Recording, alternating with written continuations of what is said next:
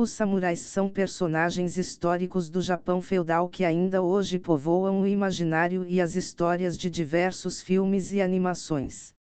Surgindo principalmente no período feudal, o termo samurai significa originalmente aquele que serve ao senhor. Inicialmente, os samurais tinham funções relacionadas à monarquia que imperava no Japão. Instituídos no período Heian, eles exerciam funções administrativas estando acima da criadagem comum dos salões imperiais. Dessa forma, o caráter militar dos samurais foi estabelecido em outro contexto histórico e social. No século XI, as disputas políticas entre as autoridades provinciais e os proprietários de terra possibilitaram a criação de milícias que visavam defender o interesse de autoridades do governo ou dos grandes proprietários de terra. Formando uma sólida classe, os samurais organizaram formas de conhecimento e combate repassadas aos clãs guerreiros incumbidos das questões militares. Mais do que desenvolver técnicas de combate, os samurais também se preocuparam em criar um rígido código de valores morais que deveria nortear o comportamento de um guerreiro samurai. Estabelecendo forte vínculo de fidelidade ao seu senhor, o samurai sempre fazia referência à sua linhagem e ao seu senhor quando entrava em combate.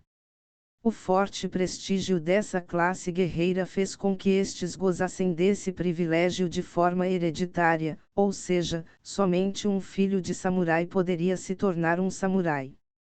A condição abastada dos samurais criou diversos mecanismos de distinção social que indicavam a condição de samurai. A armadura era uma vestimenta que indicava o poder e prestígio galgado por um guerreiro. Além disso, um código de princípios foi criado para se moldar o comportamento de um guerreiro samurai. No chamado Bushido, eram estipulados os valores que guiavam a vida de um samurai. Ele deveria ter uma relação de intimidade com sua espada chamada katana, chegando a acreditar que o armamento carregava sua alma. Destemido, um samurai não deveria ter medo da morte e considerar o assassinato de seus inimigos uma parte normal de suas obrigações. Em combate, deveria defender o seu senhor, ou a honra própria e de seus ancestrais.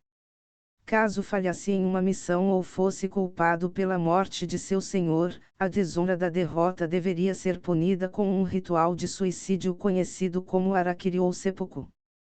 Quando perdia seu senhor, o samurai se tornava um ronin, ou seja, um samurai sem mestre.